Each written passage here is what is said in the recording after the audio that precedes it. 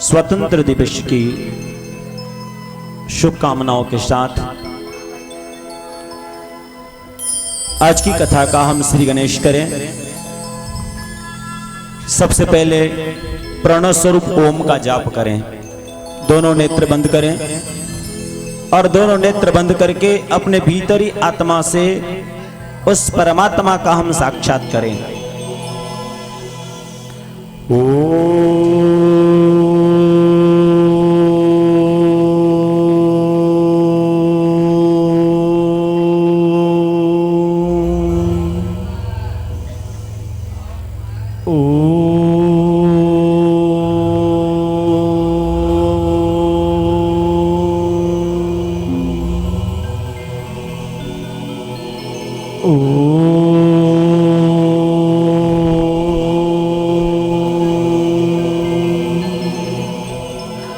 परम तत्वाय नारायणाय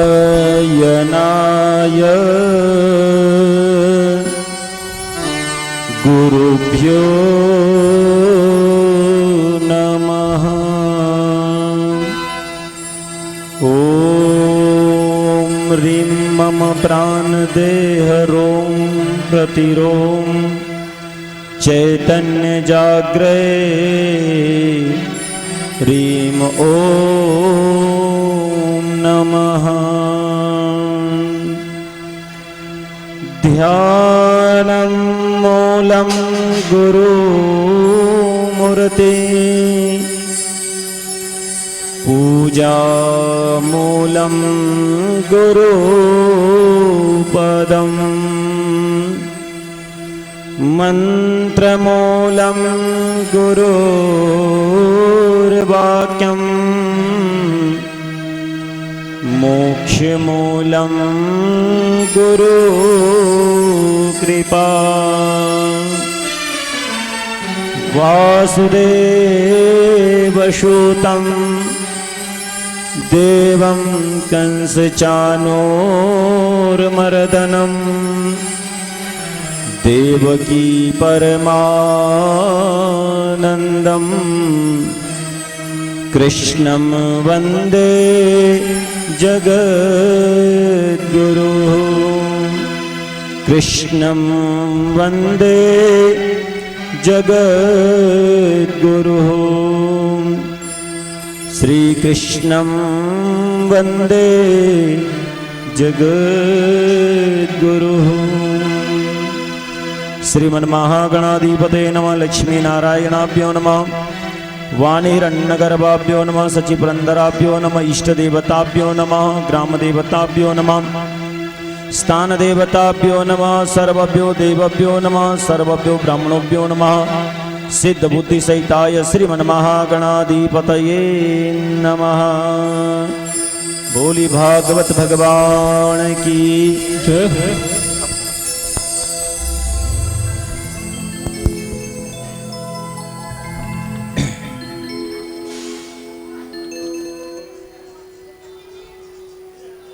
श्रीधाम वृंदावन की पावन वसुधा को व्यासपीठ से वंदन। माता पिता के चरणों में व्यासपीठ से कोटि कोटि वंदन। श्री सद्गुरुदेव के चरणों में मेरा व्यासपीठ से कोटि कोटि वंदन। इस ग्राम के समस्त देवी देवताओं को व्यासपीठ से कोटि कोटि वंदन। कहते हैं वृंदावन की भूमि चंदन है, इस भूमि को वंदन है। वृंदावन की भूमि चंदन है, इस पवित्र भूमि को वंदन है। और जो यह कथा को श्रवण कर रहे हैं उन सबका व्यासपीठ से अभिनंदन है, अभिनंदन है, अभिनंदन है। बड़ा सौभाग्य है आप सबका कि आप और हम सब इस वृंदावन की पावन वसुंधरा में सीधा प्रसारण कथा को हम श्रवण कर रहे हैं। जो इस कथा को अपने यहाँ बैठे बैठे श्रवण कर रहे हैं, आप भी अब ध्यान लगा करके कथा की ओर श्रवण करें, क्योंकि भगवान की कथा में बड़ा आनंद मिलता है। परम आनंद की प्राप्ति कहीं होती है तो भगवान के पास, परम सुख की प्राप्ति होती है भगवान के समीप। तो आइए अपने इस अपवित्र जिह्वा को पवित्र करें, क्योंकि हम कीर्तन करते हैं ना। कीर्तन का मतलब है कीर माने कचरा, तन माने शरीर, की माने कीचड़। हमारे शरीर में जो कीचड़ है काम क्रोध ईर्षा द्वेष कपट का, उसको हम बहा दें, हमारा मन शुद्ध हो जाए। इस तन में जो गंदगी है उसको हम बाहर कर दें और अपना मन शुद्ध होकर पवित्र होकर भगवान के चरणों में हम लगा दे। तो आइए अपने पवित्र वाणी से भगवान का नाम स्मरण करते हुए दोनों हाथों से ताली सेवाओं के साथ भगवान नाम के संकीर्तन की ओर चले। जय राधे राधे गोविंद गोविंद राधे, जय राधे राधे गोविंद गोविंद राधे, जय राधे राधे गोविंद राधे, जय राधे राधे गोविंद गोविंद राधे, जय राधे राधे गोविंद गोविंद राधे, जय राधे राधे गोविंद गोविंद राधे, जय राधे राधे गोविंद गोविंद राधे, जय राधे राधे गोविंद गोविंद राधे, गोविंद राधे गोपाल राधे, गोविंद राधे जय गोपाल राधे, जय राधे राधे गोविंद गोविंद राधे, जय राधे राधे गोविंद गोविंद राधे। सब लोग गाएंगे राधे राधे गोविंद गोविंद राधे, जय हो ताली सेवा के साथ बड़े भाव से।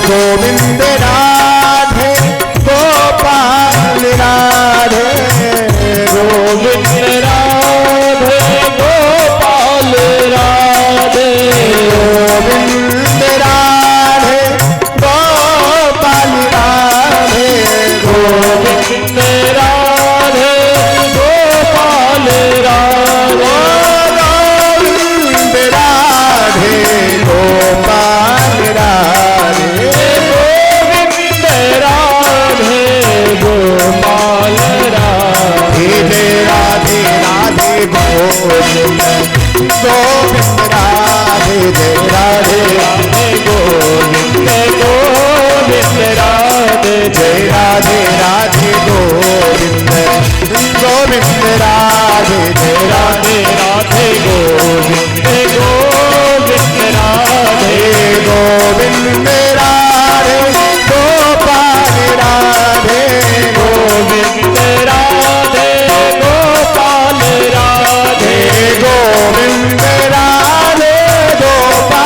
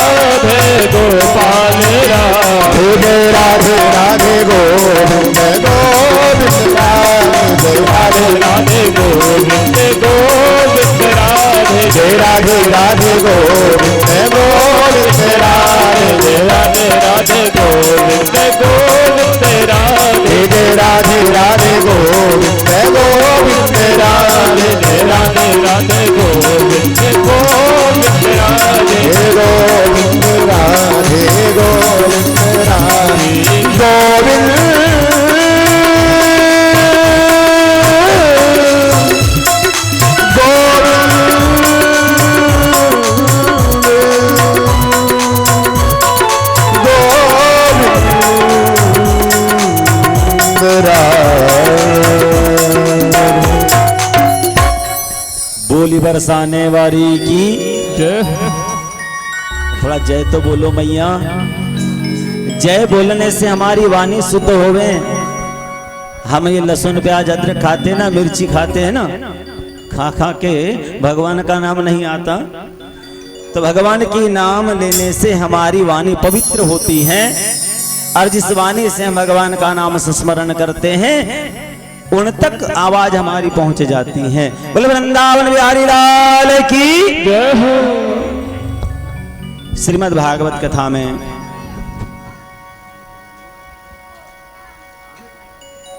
श्री सुखदेव जी महाराज कहते हैं, मनुष्य के लिए परम धर्म है मंदिर जाना, भगवान की पूजा अर्चना करना, भगवान का ध्यान करना। यह हमारा मनुष्य का धर्म है, परम धर्म है। दूसरा प्रश्न आता है भागवत में कि मंदिर में हम जाते हैं तो पूजा किसकी की जाए। सोमवार कहते हैं शिव जी बड़े हैं, मंगलवार कहते हैं देवी जी बड़ी हैं। किस देवी का हम पूजन करें। बंधु हो और मेरी माता हो, अपना इष्ट एक होता है जिसे हम स्मरण करते, जिनका ध्यान करते हैं, जिनका हम सुख में दुख में 24 घंटे हम ध्यान करते हैं, वो हमारे इष्ट कहलाते हैं। इष्ट हमेशा एक होते हैं। मंदिर जाना हमारा धर्म है, पूजा करना हमारा धर्म है, देव दर्शन करना हमारा धर्म है, हमें जाना चाहिए, हम वैष्णव हैं। और भगवान को अजन्मा कहते हैं, तो भगवान जन्म क्यों लेते हैं। भगवान भक्तों के लिए आते हैं। वैसे श्रीमद् भागवत महापुराण में भगवान के 24 अवतारों की कथा आती है। पहले अवतार में सनक, सनंदन, सनातन, सनत कुमार भगवान का पहला अवतार है।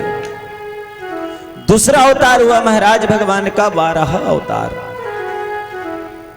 इस पृथ्वी को संभालने के लिए चारों तरफ अथाह जल है ना, और आज वृंदावन में बड़ी सुंदर मंद मंद वर्षा होने लगी, बंद मंद, बड़ा आनंद। दूसरे भगवान 12 अवतार। तीसरे भगवान विष्णु के अवतार हुए संत नारद जी, जिन्होंने ज्ञान दिया। संत नारद जैसे गुरु जिनके जीवन में मिल जाए उनमें परमात्मा अवश्य मिलता है।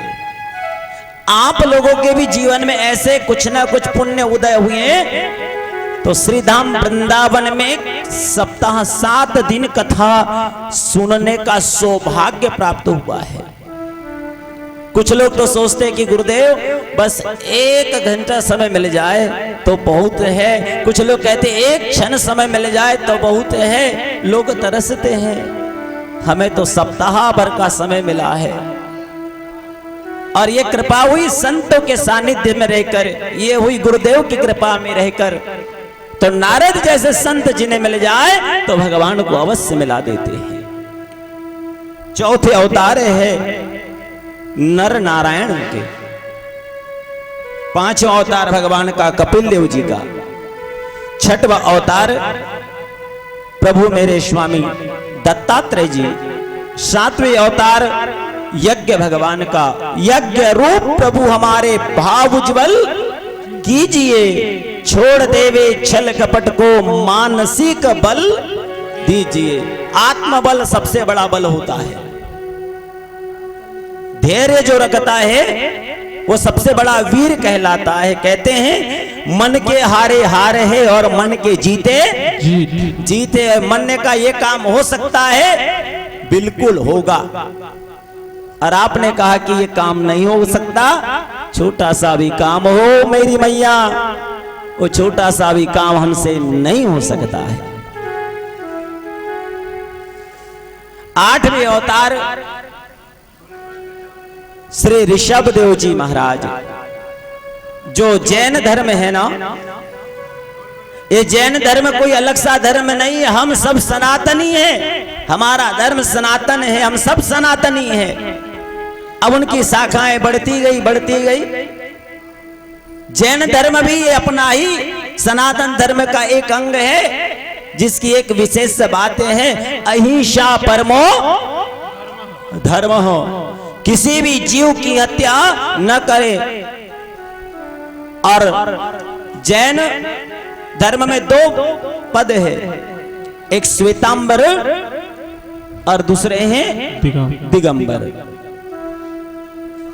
तो जिनमें प्रथम तीर्थकर कहलाए ऋषभ देव जी महाराज। बोले ऋषभ देव भगवान की जय हो। 9वें अवतार में भगवान विष्णु के अवतार हुए पृथु जी महाराज, जिन्होंने सबसे पहले इस पृथ्वी का दोहन किया। इस पृथ्वी में सबसे पहले जिन्होंने खेती करी। भैया कौन कहता है इस पृथ्वी में धन नहीं है? धन भी है, अन्न भी है, निकालने वाला हो। सबसे पहले इस पृथ्वी का दोहन करने वाले पृथु जी महाराज हुए। बोले पृथु जी महाराज की जय हो। 10वां अवतार है मत्स्य अवतार। मत्स्य अवतार में हमें एक सीख मिलती है। महाराष्ट्र की एक कहावत है, महाराष्ट्र में कहते हैं, पाण्यातला मासा झोप घेतो कसा, जावे ज्यांच्या वंशा तेव्हा कड़े। मत्स्य अवतार जो है, जल को शुद्ध करने के लिए मछली होती है ना। देवर्षि नारद जी को भी ये मछली का मंत्र दिया था केवट ने। जब केवट नारद जी को जब कोई गुरु नहीं मिला, कहते गुरु बिन अंध बधिर करी लेखा, और गुरु के बिना तरन तारण नहीं होता। तो नारद जी को केवट ने कान में जो मंत्र दिया था वो था मछली, है ना। मछली का मतलब होता है मन। इस मन ने उस अखंड ब्रह्मांड के अतिपति परमात्मा की छाया ली, शरण ली। यह है मत्स्य अवतार। और महाराज 12वें धन्वंतरी अवतार, 13वां अवतार मोहिनी अवतार, 14वां अवतार नरसिंह भगवान का अवतार, 15वां अवतार हुआ भगवान नारायण का वामन अवतार, 16वां अवतार हुआ है महाराज जमदग्नि और रेणुका के पुत्र परशुराम जी। बोली परशुराम जी महाराज की। 17वें अवतार महर्षि वेदव्यास जी। 18वें आदरणीय प्रभु मर्यादा पुरुषोत्तम भगवान श्री राम। 19 में श्री बलराम जी। 20 में भगवान मेरे श्याम सुंदर, मेरे कन्हैया लाल जी। 21 में हरि अवतार, 22 में हंस अवतार, 23 में बुद्ध अवतार। बुद्ध अवतार की एक बात आपको बताऊं, हर धर्मों में एक एक बात बड़ी छिपी हुई है। एक बात बहुत अच्छी छिपी हुई है। और आज मैं इस ब्रज चैनल के माध्यम से एक बात मैं कहना चाहूंगा कि हर धर्मों में एक सत्यता छिपी हुई है, सच्चाई छिपी हुई है। अपने यहां रामायण ले आओ, महाभारत ले आओ, बाइबल ले आओ, कुरान ले आओ और एक अलमारी में रख दो। कभी वो झगड़ा करते हैं क्या? लेकिन उसको पढ़ने वाले झगड़ा करते, क्योंकि उसमें तर्क कुतर्क करते हैं। और तर्क कुतर्क करने वालों को कभी लाभ मिलता नहीं। तर्क कुतर्क करने वाले वो वहीं पर लटके रह जाते हैं जहां पर लटके थे। और जो उसमें ज्ञान ढूंढते हैं, जो कुछ पा लेते हैं, कुछ हमें जीवन में मिल जाए, हम अपना उद्धार कर ले, कुछ मिल जाए, लोग लालसा लेते कि एक चीज मुझे मिल जाए, एक वस्तु मिल जाए जो मुझे आर्ट ऑफ लिविंग, मुझे जीवन जीने की कला सिखा दे। बुद्ध भगवान का एक बात है, बुद्धम शरणम गच्छामि। बुद्धिमान व्यक्ति के पास बैठो, ज्ञान मिलेगा। उसके पास बैठना तुमको फायदा होगा। अहंकारी के पास बैठने से कुछ नहीं मिलने वाला, बुद्धिमान के पास बैठो। और इसी को बाबा संत शिरोमणि तुलसीदास जी कहते हैं ना, हो ही जो सच राम रचि राखा, को कर तर्क बड़ा वही साखा।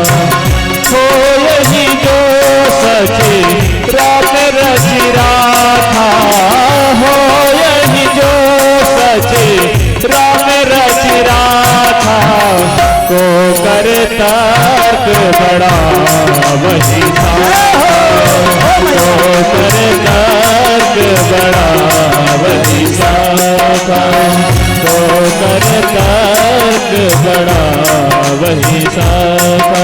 राम सिया राम सिया राम सिया राम, राम सिया राम सिया राम सिया राम, राम सिया राम सिया राम सिया राम, राम सिया राम सिया राम सिया राम। हो यही जो सच राम रचि राखा, हो यही जो सच राम रचि राखा, हो कर तर्क बड़ा वही साखा, हो कर तर्क बड़ा वही साखा। ये तर्क कुतर्क इसमें नहीं पढ़ना चाहिए बंधुओं। अतर्क कुतर्क वाला वही रह जाते हैं। यही भगवान विष्णु के अवतार बुद्ध भगवान बताते हैं, और 24वां अवतार है कलंकी अवतार। ये 24 अवतार है श्रीमद् भागवत महापुराण में।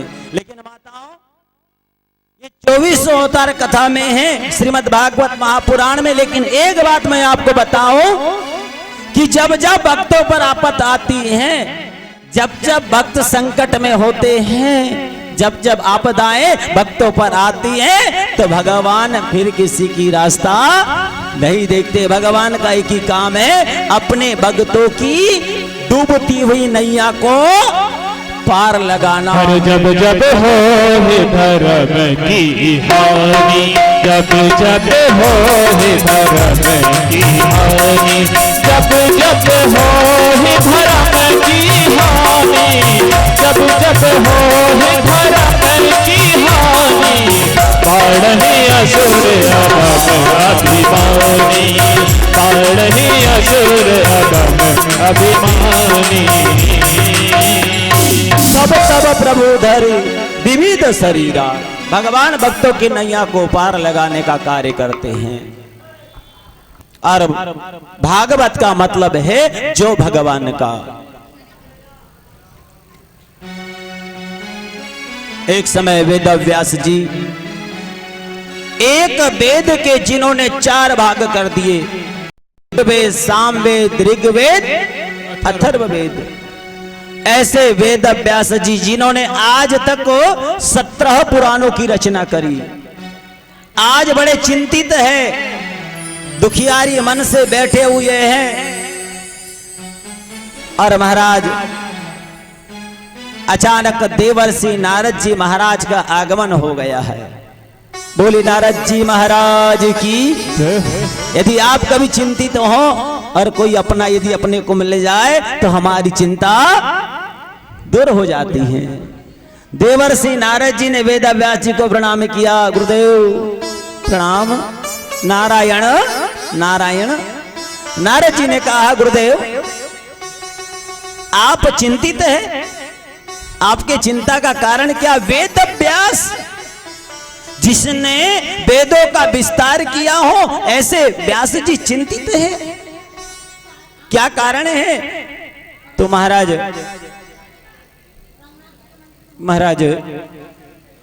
व्यास जी कहते हैं गुरुदेव मैंने तो 4 वेद लिख डाले, एक वेद के 4 भाग कर डाले, 17 पुराणों की रचना कर दी, लेकिन मन में संतुष्टि ना है भाई। एक बात मेरी माता, कोई भी काम यदि आप कर रहे हो वो कार्य करके यदि आप संतुष्ट है तो समझ लेना वो कार्य पूर्ण है। और कोई कार्य यदि आप संतुष्ट नहीं है, लोकाचार कर रहे हैं, दिखावा के लिए कर रहे हैं, आप आपकी संतुष्टि उसमें नहीं होगी। मैंने इतने वेद व्यास जी कहते हैं कि गुरुदेव मैं ऐसा कोई कार्य करूं जिससे मुझे संतुष्टि हो। जैसे कहते हैं संत शिरोमणि बाबा तुलसीदास जी महाराज, स्वांता सुखाय तुलसी रघुनाथ गाथा। मैं अपने शांति के लिए, संतुष्टि के लिए मैं कर रहा हूं। यदि आपको आनंद आए तो अच्छी बात है, न आए तो मैं क्या कर सकता हूं महाराज। आप यदि खुश हैं, आप संतुष्ट हैं, अर्थात जैसे हम इस कार्य को करके हम संतुष्ट हैं कि परमात्मा जिस कार्य के लिए हमको तुमने भेजा वो कार्य हम कर रहे, हम संतुष्ट हैं। और एक बात बताओ माताओं, कोई भी कार्य करो आप संतुष्टि के साथ करो, आनंद मिलेगा। वेद व्यास जी कहते मैं बड़ा चिंतित हूं, क्या करूं? अपने लिए नहीं, ये सारी जनता के लिए क्या करूं? कौन सा ऐसा उपाय है? नारद जी के नेत्र सजल हो गए। कहा गुरुदेव आप जैसा ज्ञानी, आप जैसा महंत, आप जैसे गुरुदेव यदि चिंतित हो तो क्या होगा? गुरुदेव संत कृपा सबसे बड़ी ऊंची होती है। जिसके जीवन में यदि संत मिल जाए उनके अवगुणों का अंत बिल्कुल है। अच्छे गुरुओं का, अगर श्रेष्ठ गुरु यदि हमारे जीवन में मिल गए तो हमारा कल्याण है। और हमारे जीवन में ऐसे गुरु जी मिल गए, ऐसे कि जिनके एक प्रेरणा मात्र से आज इस स्थान तक पहुंच पाए, ऐसे गुरुदेव को इस व्यासपीठ से वंदन है। संत कृपा सबसे बड़ी ऊंची है, उसका प्रमाण बोले मैं हूं। वेद व्यास जी ने कहा आप कैसे? नारद जी कह रहे हैं गुरुदेव आप कह रहे होगे कि नारद है, नारद बड़े बड़े कुल में पैदा हुआ होगा, धनाढ्य अगर जन्म लिया होगा। गुरुदेव मेरे जीवन में ऐसी कोई बात नहीं, मैं तो एक दासी का बेटा हूं। और दासी कौन? जो संतों के आश्रम में सेवा करती हैं, संतों के सानिध्य में रह करके जो झाड़ू पोछा करती हैं, बर्तन साफ करती हैं, ऐसे दासी का मैं बेटा। और गुरुदेव कौन पुत्र, कौन बेटा नहीं चाहेगा कि मेरा पिता ना हो, मेरा पिता हो। मुझे पिता का भी सुख नहीं मिला। गुरुदेव जब मेरा जन्म हुआ तो मेरे पिता का देहांत हो गया। मेरी मां ने मुझे लालन पालन किया, पाल पोस कर मुझे बड़ा किया और बचपन से मुझे संतों के सानिध्य में डाल दिया। जहां जहां सत्संग होता, जहां कीर्तन होता, मेरी मां मुझे लेकर जाती। मैं भी संतों के सानिध्य में रह करके संतों की सेवा करता। कभी कभी क्या होता है, कुछ लोग जो होते हैं ना, बड़े नाम में मुखारबिंदे में रहते, जो सेवा करते रहते हैं ना, उनका नाम एकदम जल्दी आ जाता है, उनके नेत्रों में भी दिखाई देते हैं फलाना कार्य कर रहा है। और जो कुछ किया ही नहीं तो उनको लोग याद करते ही नहीं। वो बालक आगे आगे कार्य करने लगा, आगे आगे करने लगा। संतों को पता चला कि बालक होशियार है। संतों ने उस बालक का नाम रख दिया रामदास। क्या नाम रख दिया? रामदास। अब संत लोग बोलने लगे बेटा रामदास थोड़ा ये कर ले बेटा। जी गुरुदेव। कोई भी गुरु कार्य में, शुभ कार्य में वो रामदास जो है वो आगे लगता, कार्य करता, आगे करता। चातुर्मास में जो संत मंडली आई, कैसे कैसे 4 महीने बीत गए पता नहीं चला। ओ मेरी माताओं, सप्ताह में 7 दिन आए।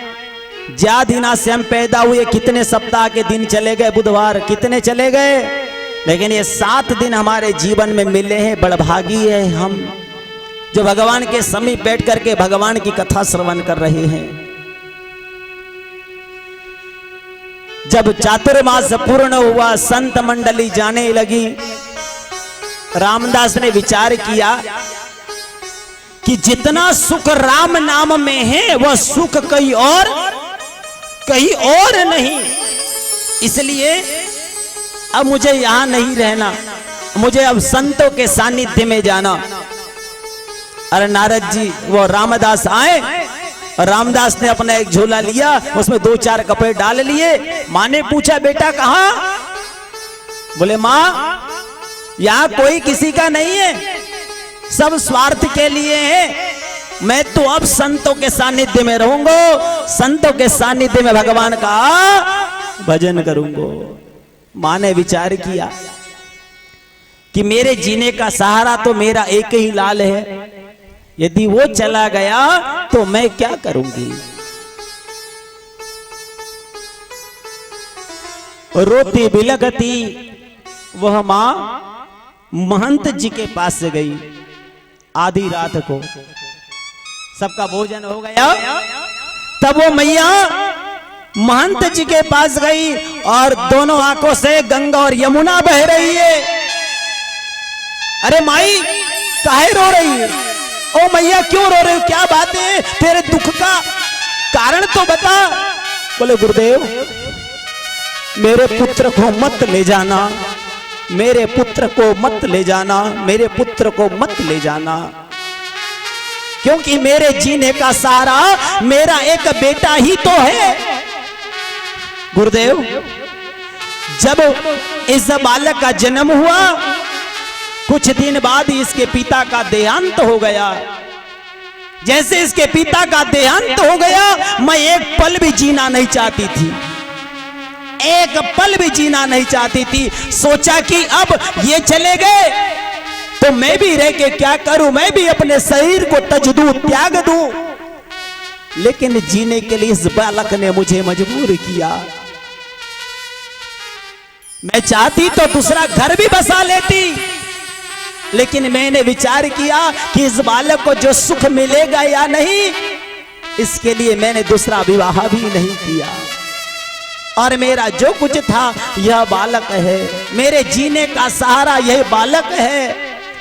यदि ये बालक मुझे छोड़कर चला जाए गुरुदेव, तो मैं तो अनाथ हो जाऊंगी, मेरे जीने का तात्पर्य छूट जाएगा। बस एक ही सहारा है गुरुदेव, मेरे बालक को मत ले जाना, मत ले जाना। दुखियारी माँ बिलख बिलख कर रो रही है और रोते रोते अपने कक्ष की ओर गई। रात भर नींद नहीं आई, आंखों का पानी आंखों में सूख गया। प्रातः काल हुई, रामदास ने अपना थैला उठाया कपड़े वाला और चलो गुरुदेव। संत मंडली जाने लगी तो संतों के साथ खड़ा हो गया। चलो गुरुदेव, मैं भी चलूंगा, अब राम नाम की माला लेकर मैं भी जाप करूंगा। संतों की टोली में वह बालक आ गया और सामने दुखियारी मां बिलख बिलख कर रो रही है।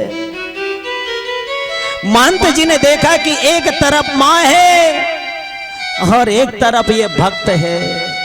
ये भक्त भगवान का अनन्य भक्त बनने जा रहा है, और एक ये दुखियारी मां है जिस मां ने असंख्य दुख को सह करके इसका पालन किया है, इसको पाल पोस कर बड़ा किया है। महंत को याद आ गई कि हमने भी ऐसे मां की कोख से जन्म लिया है, उस मां का ऋण है हमारे ऊपर। यदि उस मां के ऋण को अदा नहीं किया तो हमारा जीवन व्यर्थ हो जाएगा। इसलिए कहा है, त्वमेव माता च पिता त्वमेव त्वमेव बंधु च सखा। गुरुदेव कहने लगे, बेटा तुमने कथा सुनी? बोले जी गुरुदेव। यहाँ कोई किसी का नहीं है? बोले बेटा नहीं। बेटा ध्यान से सुनो, परमात्मा हर जगह जन्म नहीं ले सकते। ध्यान से सुनो मेरी माताओं श्रोता बंधुओं, परमात्मा हर जगह जन्म नहीं ले सकते। इसलिए परमात्मा ने अपना स्वस्वरूप परमात्मा ने बनाया है माता जी और पिताजी को। भगवान के ही सस्वरूप है, क्योंकि भगवान हर जगह जन्म नहीं ले। भगवान के सस्वरूप कौन है? माता जी और पिताजी है। और जब तक जीवन में माताजी और पिताजी नहीं होंगे ना, तो हमारा उद्धार भी नहीं हो सकता। मातृ सेवा भवति, पितृ सेवा भवति। मातृदेवो भव, पितृदेवो भव, आचार्य देवो भव। जिसने माता पिता की सेवा कर ली उसको तीर्थों का फल मिलता है। जिसने मां बाप की सेवा कर ली, तीर्थों की परिक्रमा। अपन गणेश पुराण को सुना, गणेश जी ने कहा करी, माता पिताजी की परिक्रमा कर ली, प्रथम उपाधि पाई। जिस माता की कोख से हमने जन्म लिया बेटा, पहले उनकी सेवा करा। और जब तक सेवा हो जाए, जब वो अपनी लीला को पूर्ण कर ले, तब हो आना वृंदावन, खूब राम नाम जपना, खूब राधे श्याम जपना। और संत मंडली ने उस बालक को सांत्वना दे दी महाराज। और संत मंडली अब तो चली गई, श्री राम जय राम, संत मंडली चली गई। मां को थोड़ा सा धीरज आया कि मेरा बालक तो मुझसे अलग नहीं हुआ, दूर नहीं हुआ। मां को थोड़ा अच्छा लगा। लेकिन बालक के मन की बात कहा जाने, वो बालक ने मन में क्या विचार किया। वो बालक अपना माला लेता और माला लेकर के राम नाम जपने लगता, तो मां बुला लेती, बेटा रामदास कहां चला गया। जब भी बालक मां की आंखों से ओझल हो जाता तो माताजी बुला ले आती, माताजी बुला कर ले आती, बेटा रामदास कहां चला गया, आ जाओ। एक दिन माला जाप कर रहा है, माला जाप करते करते मां ने आवाज लगा दी, ए रामदास बेटा कहां चला गया। जैसे ही बालक ने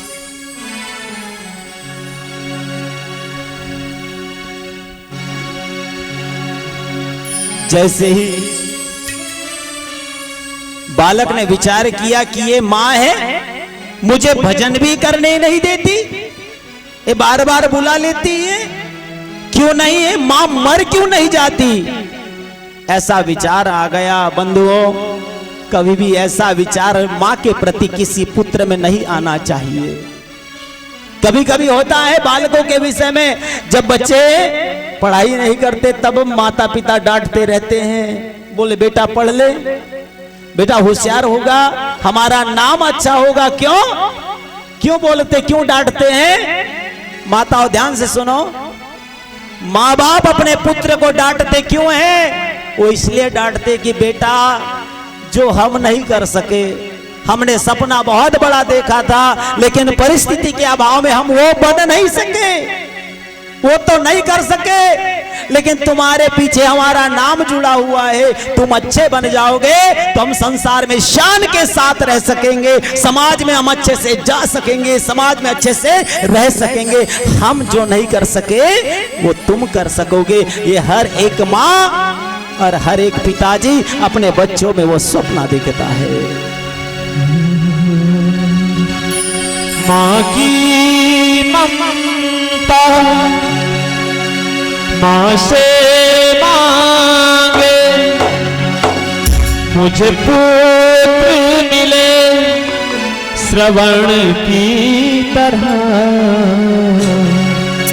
हर माँ ये चाहती है कि मेरा पुत्र श्रवण कुमार की तरह हो, लेकिन कोई पत्नी ये नहीं चाहती कि मेरा पति श्रवण कुमार जैसा हो। शायद यदि कोई पत्नी चाह ले कि मेरा पति श्रवण कुमार हो, तो परमात्मा उसके गोद में श्रवण कुमार जैसा पुत्र अवश्य देगा। माँ की ममता माँ से मांगे, मुझे पुत्र मिले श्रवण की तरह। हर भाभी मांगे देवर लक्ष्मण की तरह। हर भाभी मांगे देवर लक्ष्मण की तरह। माँ की ममता माँ से मांगे, मुझे पुत्र मिले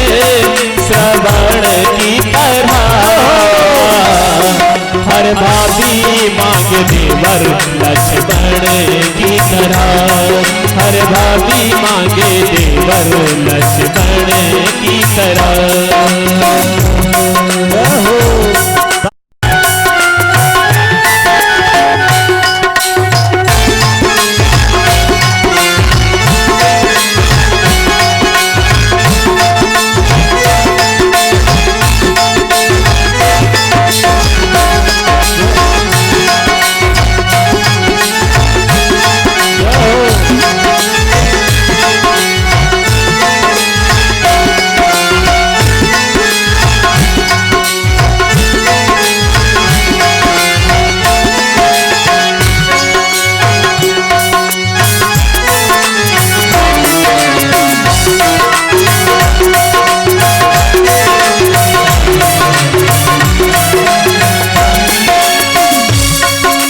गुरु बिन ज्ञान कहाँ से लाऊं, गुरु से बड़ा